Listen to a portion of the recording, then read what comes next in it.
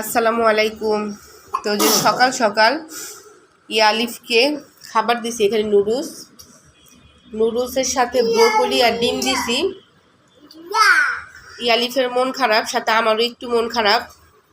কালকে হঠাৎ করে টিভির কেন যেন ব্ল্যাঙ্ক হয়ে গেছে, মানে কালো হয়ে গেছে ডিসপ্লেটা, যার কারণে টিভি চলতেছে না। তো মন খারাপ এই কারণে, টিভি নষ্ট হয়েছে। আমি তো টিভি দেখি না, মাঝে মধ্যে একটু মোবাইল দেখে ভিডিও করি, ভিডিও সারি, কাজেই অনেক ব্যস্ত থাকি। তো বাচ্চার ঘর বাড়ি টিভি না হলে হয় না।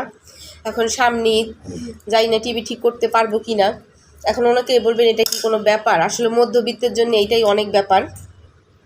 আমার ঘরের প্রত্যেকটা জিনিস খুব যত্ন সহকারে কেনা, অল্প টাকার জিনিস হলো খুব কষ্ট করে কেনা।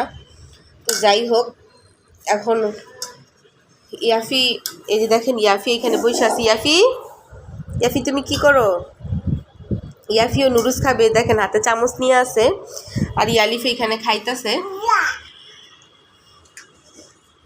কি খাইতেছো? কালকে তুমি টিভি নষ্ট করছো? হ্যাঁ, দেখছেন, ও শিখ বলতেছে ও নষ্ট করছে টিভি। নষ্ট করো নাই? না, আমি